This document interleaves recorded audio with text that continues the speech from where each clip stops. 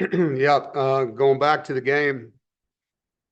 First, thanks to our fans and students that traveled to Winston to see us play and cheer us on. It was great seeing so much red at a road game, and it means a lot to the team, means a lot to the coaches, and it helps quite a bit when you can go on the road and have that many of your own fans there. So thank you guys for that, and proud of this team and the staff. It's great to be 3-0, and obviously all these games have been close games, and to find a way to win, to have another comeback victory says a lot about the resiliency of this group and the leadership that we have. Wake obviously started as fast as humanly possible. I was really disappointed in our kickoff team on play one of the game. We weren't ready to play, and obviously that showed. Their returner is probably one of the best that we'll see, if not the best, and we gave him a chance and made it easy for him. It wasn't a great kick, and the coverage was worse. So disappointing start. And it was great to see our guys manage their momentum and just keep playing and keep positive energy. We got it to a one possession game before the half, and then I thought in the locker room at halftime, similar to the last game, coaches made really good adjustments and the players listened and came out and executed at a high level. Offensively, two straight games without a turnover, 10 plus explosive plays, 200 yards rushing, averaged over 5 yards per first down, which helps, quite a bit in your sequencing and play calling. We continued to be really strong up front in our short yardage offense, and had some good conversions on 3rd and long. Just needed to get a couple more, and we had a couple more that beat ourselves on. We had a 3rd down conversion where we didn't have a receiver on the ball that should have been. Had another 3rd down where we got open and wasn't a perfect throw, but a catchable ball. So, a couple of 3rd downs that were manageable. We made good plays, play calls, and just need to execute better. And a lot of areas to get better. I'm very impressed with Cody Hardy as a blocker. I think he's been a huge asset to our offense. I love how he plays and super unselfish. And the tight end rooms continue to be a glowing spot in our offense. Justin had 2 touchdowns for us, and one big one I thought was a really good route that he ran on the 3rd down touchdown. Well, really both of them, the 4th down touchdown too, avoiding a rusher. But great route and a big-time throw by CJ with a blitzer in his face. And I thought Wake had a good defensive end, and both Teague and Peak faced him, number 11. I thought Teague played his best game and led our offense with pancakes with 9.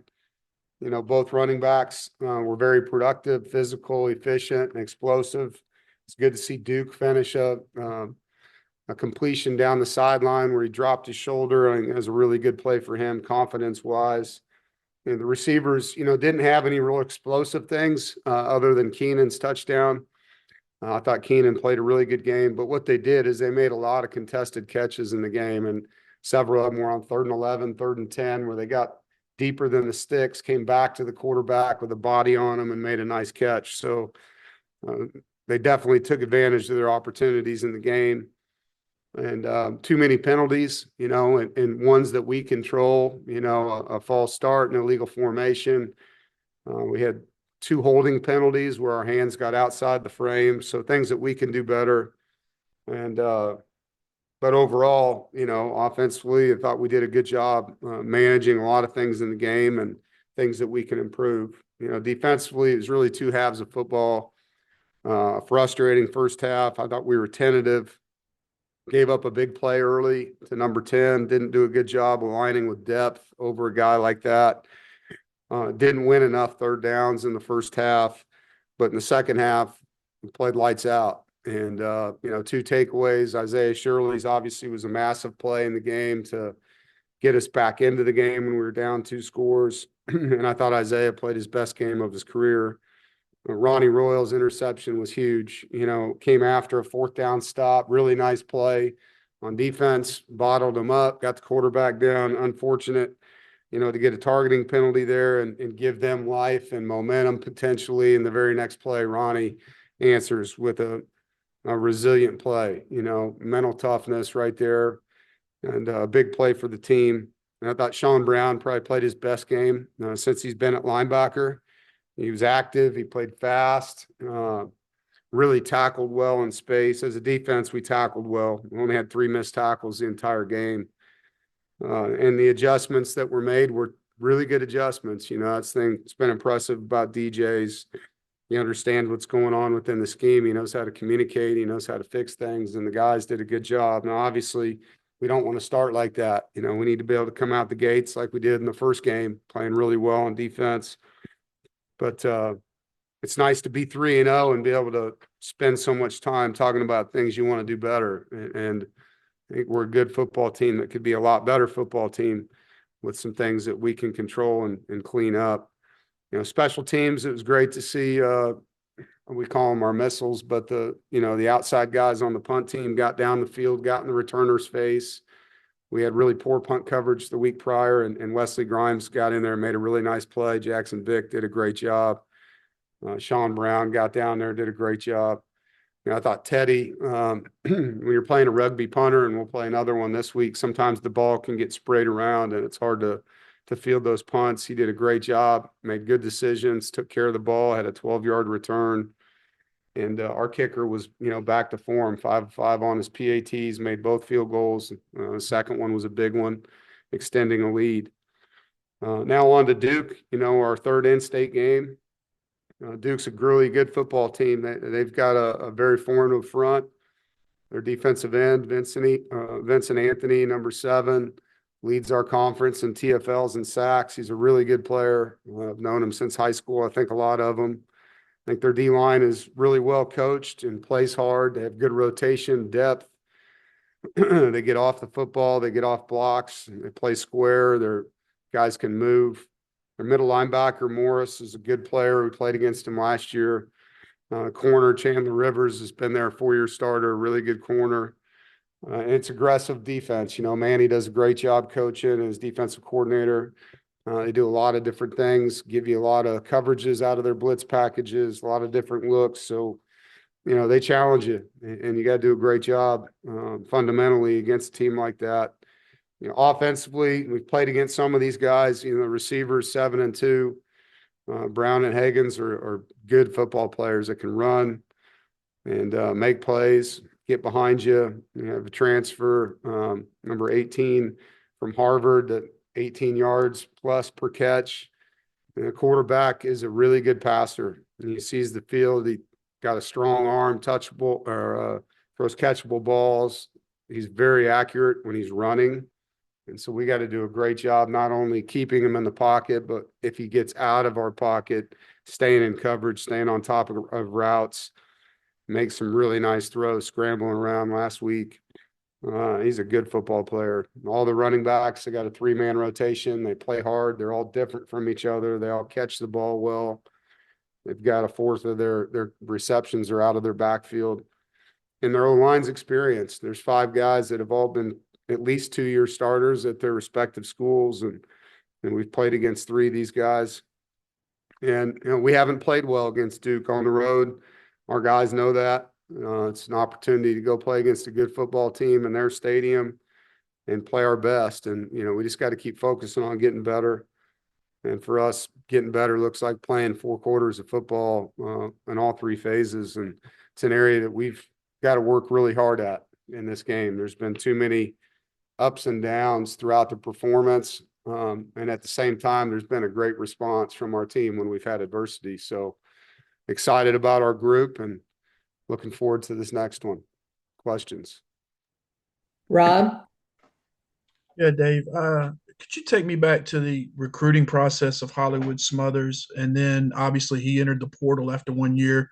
How geeked were you when you found out he was available again, and how much of a hard or easy sell it was to get him to come to NC State? We recruited him really hard in high school. And, he was here a lot, came on a lot of visits, unofficial visits, and built a great relationship with him and his family. Ultimately, he felt like leaving was the best thing, and he did that. And, it just wasn't what he wanted.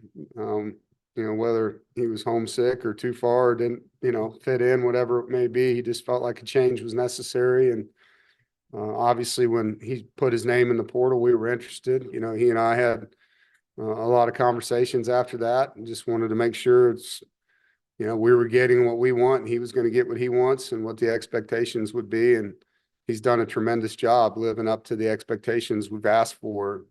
He plays hard. He's a great teammate. He's fun to be around. He's got a great personality. He's competitive.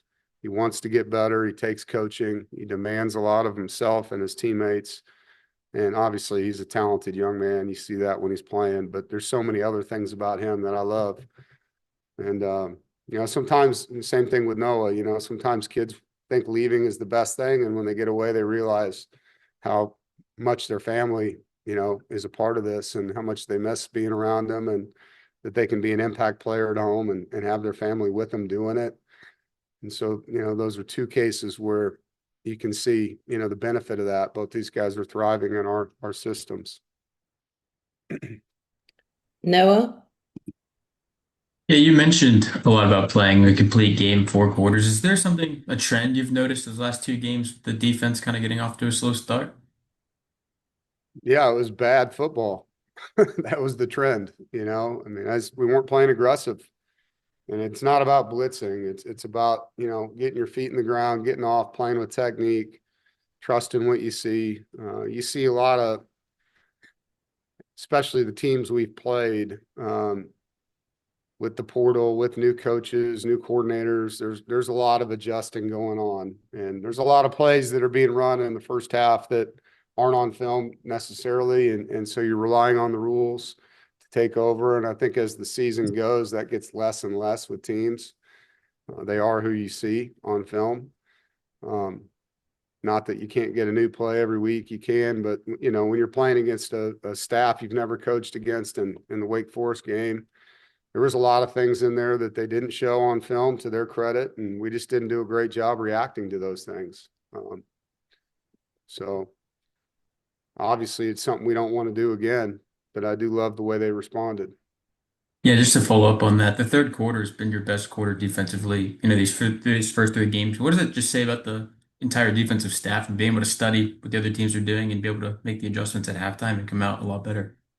Well, I think our first quarter against ECU, we had 4 straight 3-and-outs, so that was pretty good too. But to your point, I think adjustments made at halftime. One, coaches have to do a good job of seeing it, of being able to teach it in a short period of time, and the kids have to be open to hearing it.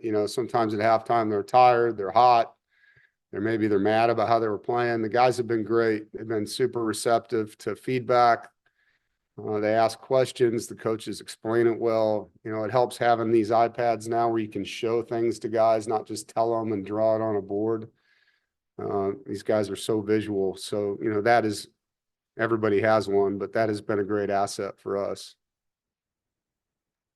Corey? Dave, was there an appeal to the ACC on the Sebastian Harsh play, and what did you hear back on that? Yeah, you don't appeal to the league, you appeal to the head of officials, Steve Shaw. And so that's the process that you go through, and it was upheld.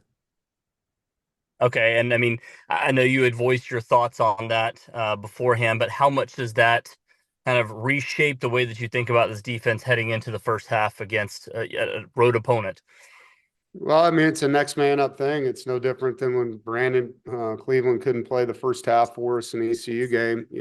Gave Chaz Wallace and Josiah Victor a chance to play, and you'll get to see that with our guys. I'm not going to talk about who we're playing, but there'll definitely be opportunities for guys to get more reps in that first half with him out. He's a good player for us, so it hurts when you lose a guy like that for a half of football, but at the same time, that's part of the deal. You got to step up, next man up, got to be able to, take advantage of your opportunity for one. And I know that the guys we have will be prepared to do that. Thank you. Murph? Yeah, Coach, I wonder how much confidence it gives your team when you are able to come back in the second half of 2 weeks in a row. What that means when you get down in a fourth quarter or trailing late in the game to not just say, hey, we can do it, but to say, hey, we have done it. Yeah, it definitely builds confidence. It's unique, when you're in these, and football's that way. There's highs and lows throughout the game, and it's hard to practice those things. You try to simulate as much as you can, but there's nothing like the feeling of being up or being down in a game and how your guys respond in those situations. I mean, you can be up in a game and let your guard down. You can be up in a game and finish somebody off. You can be down in a game and panic. You can be down in a game and have poise. And our guys have been really good about just staying poised and sticking together and getting back to basics and making plays. JC, A lot of times when coaches talk about scrambling quarterbacks, it puts pressure on the defense. But because he rolls out so often, some design, some not, how can you use maybe half the field to your advantage? Well, if you knew which way he was rolling out, you could do that. And in some cases, you might be able to do that, with different coverage concepts or blitzes.